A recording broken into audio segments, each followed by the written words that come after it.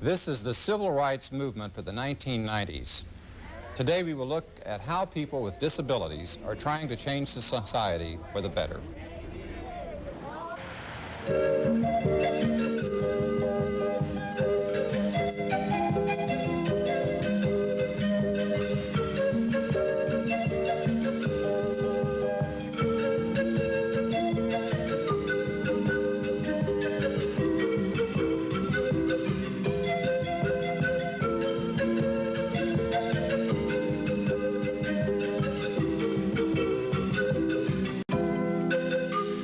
Austin Faith Dialogue, a public affairs series at the crossroads of religion and life. Austin Faith Dialogue highlights the interaction of the religious community with the social and cultural issues in the area in and around the capital city. Austin Faith Dialogue is brought to you by Austin Metropolitan Ministries in cooperation with KTBC TV. Join us now for this week's edition of Austin Faith Dialogue.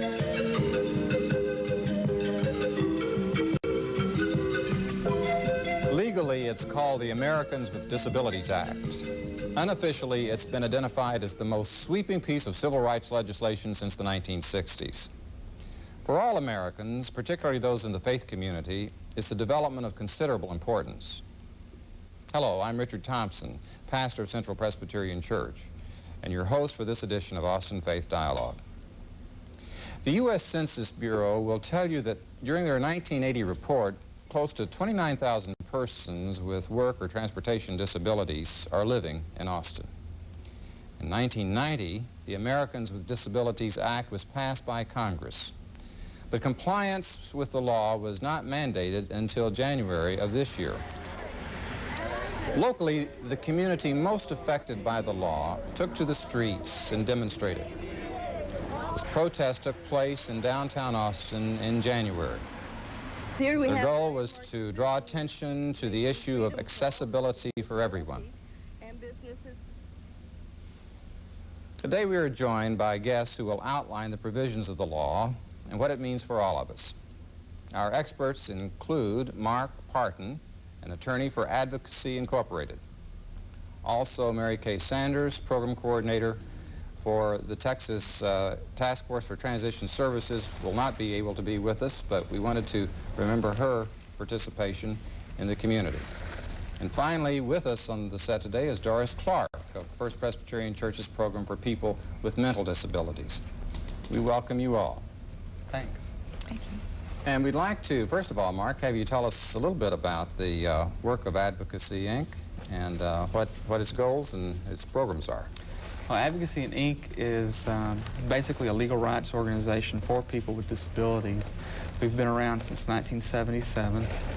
Our main office is here in Austin, and we have regional offices in Dallas and Lubbock and Houston and Pharr, Texas, which is down in the valley. And we have done all sorts of types of advocacy work, I guess, for people with disabilities. Everything from going with parents to meet with the school district to say, this is what I think my kid needs, on up to suing cities and states, all the way up to the United States Supreme Court. We've only had to do that twice, but both times we won, which was, I guess, good for us. So it's both in court and out in the community that Whatever you're involved. takes. Right. Yeah. Okay. I would say the bulk of the work we do is not in court, because what we try to do really is fix it short of that. Once you get into the courthouse, everything becomes very polarized, very antagonistic, very hard to achieve the goal that you're working for, which is really integration of people with disabilities into all walks of life. Well, now, one of the things that I know as an attorney you could give us chapter and verse on this, this act.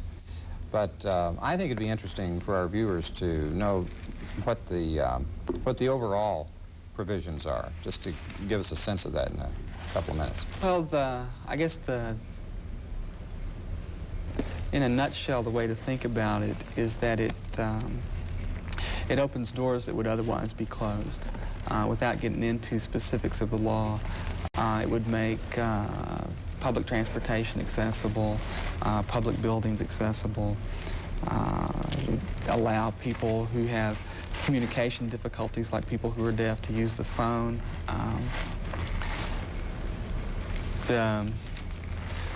Probably the part of the law that's going to cause the most litigation and most problems, if you want to think about it that way, is the employment section, because under, I guess, the old law, the prior law, under Section 504, it only applied to entities that got federal dollars, and now it's wide open.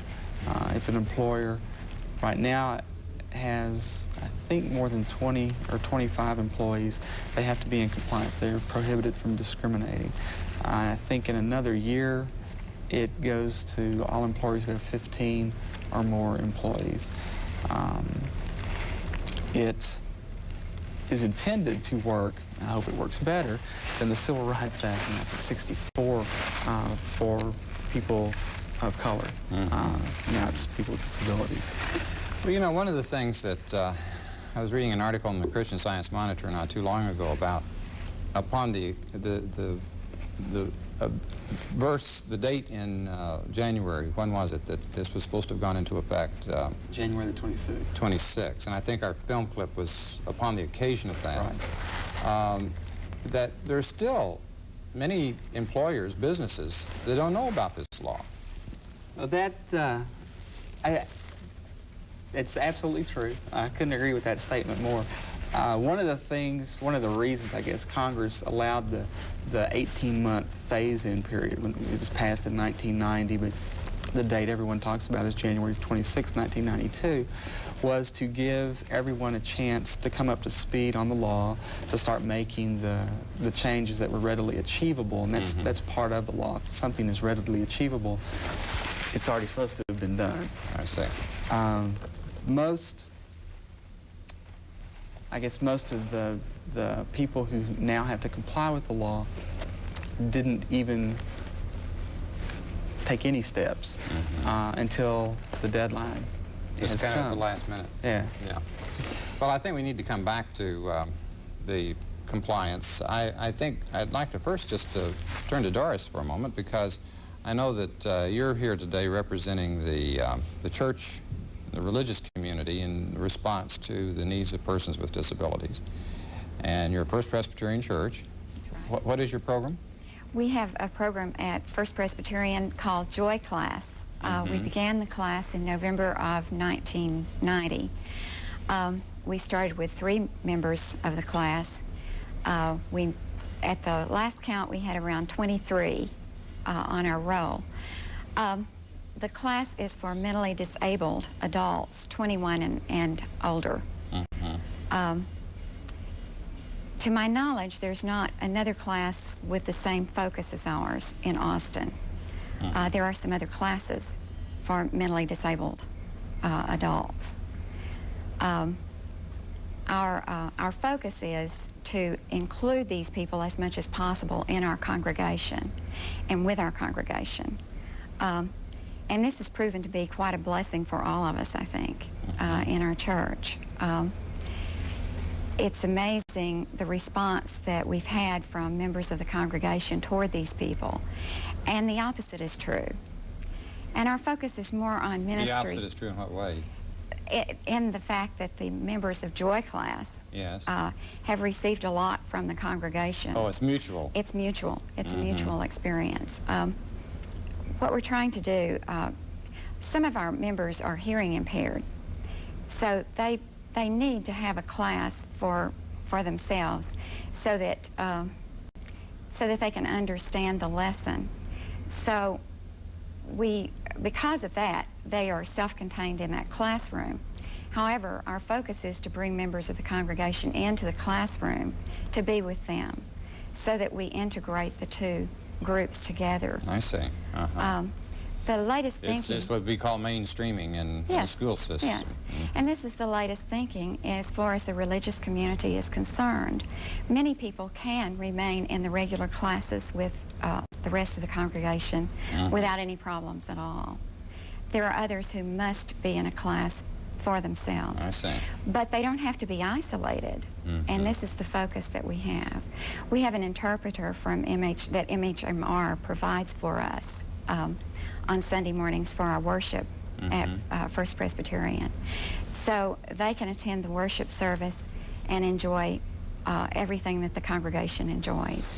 Well, I think that you're calling this the Joy class is significant, that it's an occasion for people of differing conditions to enjoy the equal access to what the church's resources are, including their relationship with each other. You're talking about this being a mutually beneficial and enriching experience, and we share that joy with you today. Well, we found that the language of love is indeed international.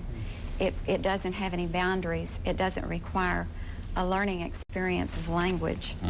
And it's really true. Well, you know, one of the things that I felt is that as we kind of make a balance between what's going on in the larger community and what's going on within the religious community, and we'll kind of shift back and forth on that, I have a sense as we go back to the issue of what's happening in the United States in regard to a heightening consciousness of this part of our population. Do you, Mark, feel that it's happening? I mean, you talked before about how we've got the laws on the books, and sort of like the civil rights law, oftentimes it's there but not always complied with. But what's your experience of the changes other than just what's on the statutes? I guess one thing that has increased somewhat in some areas is more of an attitude change. I mean, the biggest barrier that a person has to overcome, a person with a disability has to overcome, is an attitudinal barrier. Because there's no law that changes that. You can't build a ramp to change an attitude. Right, it's kind of a consciousness raising sort of thing. And that is, it's the hardest thing to overcome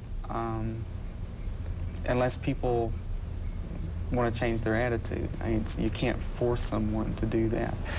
And that's one of the things that has been, I guess, better within the religious community, because part of the religious philosophy is to reach out, and that helps. A lot of times in other aspects of community, going to the store, trying to get a job or whatever, the focus, I guess, is different. They don't have the same type of, I guess, perspective on this is a person. I mean, 'cause that's what you focus on first. This is a person. And I think it's interesting that you said that it was a two-way street, your class. That's the goal. It's to have everybody going back and forth, to give and receive. And you know, I think we just maybe could take a moment to recognize the terminology that's being used. That it's not disabled persons, it's persons with disabilities, which has a different perspective on it. That is commonly referred to as people-first language. What that does is it forces you to use language that emphasizes the individual or the person rather than the disability that impacts their life. You don't start with the adjective, you start with the noun. You bet. That's just good English, too. Right. And within the church, this seems to just fit right in with the emphasis on the value of persons made in the image of God, and everything else is secondary to that. We have found that our class really enjoys ministering to the congregation. We've had breakfast, and they have helped with serving and cleanup, and we've had other things going on in the church that they've thoroughly enjoyed. Some of the guys in our class came to our Christmas decoration party, and they loved hanging the Christmas on the Christmas tree. They've been greeters at the door on Sunday morning, and they're just really valuable members of our congregation, and we're just very pleased to have them. I'm going to play devil's advocate just for a minute. I mean, you're an Advocacy Inc., right? So this is appropriate time to maybe do this. I guess I feel, Doris, as you talk about how well received and how it's a warm, accepting environment within the church setting, out there in the world, it's tough. And I think one of the things that really makes it tough is the recession. And here are businesses. Suddenly, I'm sure many owners feeling saddled with restrictions about equal access when they're scarcely keeping their nose above water business-wise. It seems like this act comes into play just at one of the worst of times as far as companies having to make it. Have you heard this? Are you getting this kind of resistance? We just can't afford it? That's always been, I guess, a typical response anytime that you promote change. It'll cost too much. Nobody's giving me any money to do this. Why should I have to do this? And I really think those are, I mean, they're valid questions, but I think they're the wrong questions. Because what you're really trying to do, what you're really trying to focus on is including these people into the real world, into real life. One thing that Congress has done is allowed tax credit for architectural barrier changes, so that it makes good business sense to make the architectural changes. I don't remember what the limit is. It's $25,000 or $30,000 though, so that softens the blow a little bit.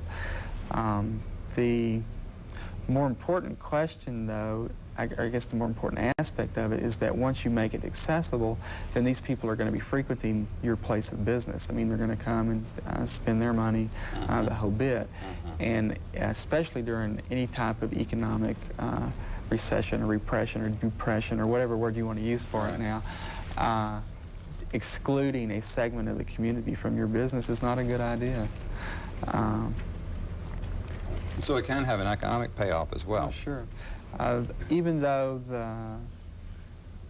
the numbers on people with disabilities having jobs are lower than, I guess, typical America, the typical American worker, many have jobs and pay their taxes, the contributing member of society. Before we neglect your service in terms of its where it can be located and so on, can you give us a number for that? Sure. We have an 800 number that's statewide. It's 1-800-252-9108. Our local number here in Austin is 454-4816. And on the Watts line, the 800 number, we have people who have been trained to answer most of the questions that people call in and ask for. We have a number of pamphlets on the various aspects of the law, not just the Americans with Disabilities Act, but all the other laws that impact people with disabilities. Works as a pretty good resource. We made reference earlier in the show to person that you work with, Mary Kay Sanders, who's with the Texas Task Force for Transition Services. Just give us a quick fix on how that relates to advocacy. Well, the task force is funded from the Developmental Disabilities Planning Council, and their focus is really to prepare, or I guess to help school districts prepare kids who are coming out of the public school system and who are about to enter the real world, either the job market or higher education, or whatever's appropriate for them. There was a change in the Individuals with Disabilities Education Act in 1990 that mandated transition services for everyone who's age 16 or older. Oh, I see. Because Congress recognized that too many of these kids are dropping out. So this is a very specialized services for youth. Yes. And as they make their entry into the larger society. Yes. Okay. I think we need to have equal opportunity phone listing here, Doris, Okay. as far as Very good. the work that you're doing at the church, and let's have a number on that. First Presbyterian Church, the phone number there is 345-8866. What we'd really like to encourage people to do is to begin classes like this in their congregations. And one of the focuses that I'm working on is a guidebook on how to do this. And Joy class has sort of been a pilot class for me. We've done a lot of it by trial and error. And now that's a Sunday school class? Yes. Okay. And it has persons who are needing this as a specialized lesson and instruction? That's true. Give us just a little sense on a Sunday morning, what happens in that class that may be different from the usual?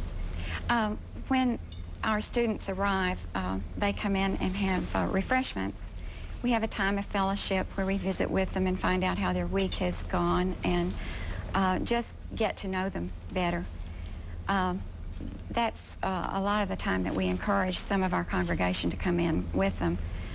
Congregation is bringing in the refreshments each Sunday. They have that time of fellowship, and then we go into a class time. The class setup as we have it now, that was another thing we learned. There's not a great deal of literature for working with these classes. So do you have to develop your own? Well, we're planning to develop some. We found one piece of literature that we really like from Franciscan Press, and its focus is on Jesus, and we take one word each Sunday that describes Jesus, and we talk about that word in relationship to all of our lives and what that word means to us. And the word, for an example, friend, we develop the word friend, and then we relate it to Jesus, that Jesus is our friend, using scripture and using discussion type format. So it's a focus very clearly on a term that is lends itself to discussion and interaction. And so for the entire day, that word is our focus. And then we usually have, after a discussion time, we'll have a period of time when we join hands and have a prayer and are together for Tell us about some of the other churches in town that are making resources available and equal access. Of course, I don't pretend to know how many different churches there are. The ones that I am aware of, Great Hills Baptist has a program. I believe Windsor Park Baptist, the St. John's Methodist Church, Trinity Lutheran, the Church of Christ, Westover Hills Church of Christ on Mesa has an interpreter for their church service for hearing impaired. But those are really the only ones that I'm familiar with right at the moment. And then denominationally, I know the Presbyterians have a support system that's provided from their national headquarters in Louisville. Yes. In 1977, there was an overture that was presented to the General Assembly. They adopted this. The name of that has been That All May Enter. And this dealt with making the church plant accessible to the disabled, having classes for mentally disabled people, various aspects of the problem. In 1985, that also was an issue at the General Assembly, and they readopted parts of that as still their focus. I have a publication that you were sharing with me before the program started. I'd like to have the viewers take note of. It's called Amen. It's a newsletter in regard to this, and that Amen stands for? All May Enter News. I see. And this publication is a quarterly publication. The man who does it is Louis Merrick. Okay. And it just provides what's going on with the disabled in the disabled community, gives some focus on seminars that are available, various aspects of the problem. Well, you know, one of the things that's in this that I think is fitting for us to include today is what was called the Beatitudes for Friends of the Handicapped. Among it, the thoughts are, "Blessed are you who take time to listen to my difficult speech, for you help me to know that if I persevere, I can be understood. Blessed are you who never bid me hurry up, or take my tasks and do them for me, for often I need time rather than help. Blessed are you who stand beside me as I enter new and untried ventures, for my failures will be outweighed by the times I surprise myself in you. Blessed are you who ask for my help, for my greatest need is to be needed. Blessed are you who understand that it is difficult for me to put thoughts into words. Blessed are you who with a smile encourage me to try once more. Blessed are you who never remind me that today I asked the same question twice. And blessed are you who respect me and love me as I am, and not as you wish I were. Now that has meaning for all of us, of whatever condition. And I think especially that last thought, Mark, you have experience of people wishing that you were something than what you were. And Don't we all? Yeah. That, actually, I think that you could just take the title off of that, and it would apply to everyone. Right. It does. And that's the goal. Mm-hmm. I mean, that is what we're looking for as a community, I think, is to have everyone be able to participate, and work, play, and be angry at each other. I mean, whatever it takes. Mm-hmm. I've heard people talk about, you know, our goal is to be colorblind. There's a sense in which I guess it's unrealistic to think that we can just block out and see everybody in one homogeneous image. But it's to recognize the individuality. Right. And we are all different. Yes. Every one of us are different. And I've never understood the concept of we want to be colorblind, because I am who I am, and Right. I ain't changing. And that's who I want to be accepted as or not. I mean, but I want to have the opportunity, I guess, to impose myself on Wouldn't it be everybody. a dull world if we were all the yes. same? Right. Well, I'll tell you one thing that has made it less than a dull world, and that is your being here today. Thank you. And you're sharing you. these insights with us on Austin Faith Dialogue. And I'd like to thank all of you folks for looking in on this today and gain some insight as to how we are all more aware of rights due to people with disabilities, but that it's the rights that all of us are sharing with other persons, no matter what those people's conditions may be. And on behalf of Austin Metropolitan Ministries, I'm Richard Thompson, pastor at Central Presbyterian Church, thanking you for joining us and inviting you to be with us next week. Peace be with you.